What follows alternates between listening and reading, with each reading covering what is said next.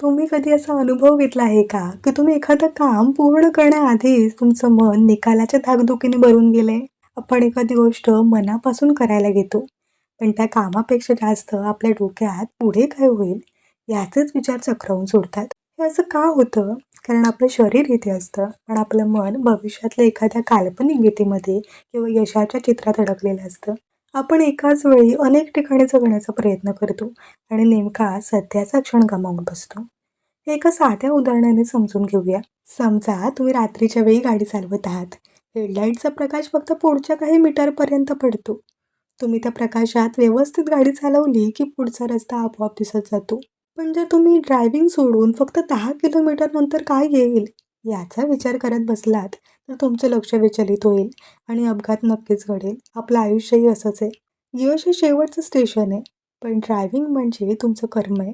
भगवंत श्रीकृष्ण भगवद्गीतेच्या दुसऱ्या अध्यायातील 47व्या श्लोकात हाच उपदेश करतात.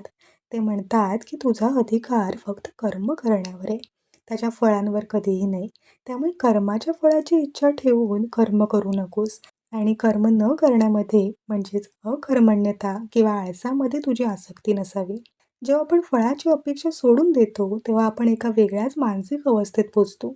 भीती नेहमी भविष्याची असते, पण शांती नेहमी वर्तमानात असते. जेव्हा तुम्ही स्वतःला पूर्णपणे सध्या सुरू असलेल्या कामात झोकून देता, तेव्हा तुमच्या कामात एक वेगळी चमक येते. ती चमक पैशाने किंवा प्रसिद्धीने येत नाही, ती तुमच्या आतल्या शांततेतून येते. मन शांत ठेवा, कारण शांत मनच विश्वातील सर्वात मोठी शक्ती आहे. जेव्हा तुमचा कामाचा दर्जा सुधारतो, तेव्हा यश तुमच्याकडे आकर्षित व्हायला लागतं.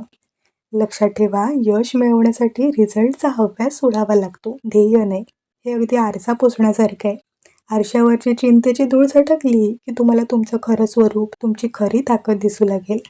फळाचा विचार सोडून कर्मावर लक्ष देणारा माणूस कोणत्याही दबावाखाली येत नाही. तो या जगाच्या खेळात एक मुक्त खेळाडू बनून वावरतो. आजपासून ही एक सवय स्वतःला लावा. कोणतंही काम करताना स्वतःला ठामपणे सांगा की या क्षणी हे काम परफेक्ट करणं हेच माझी साधन आहे.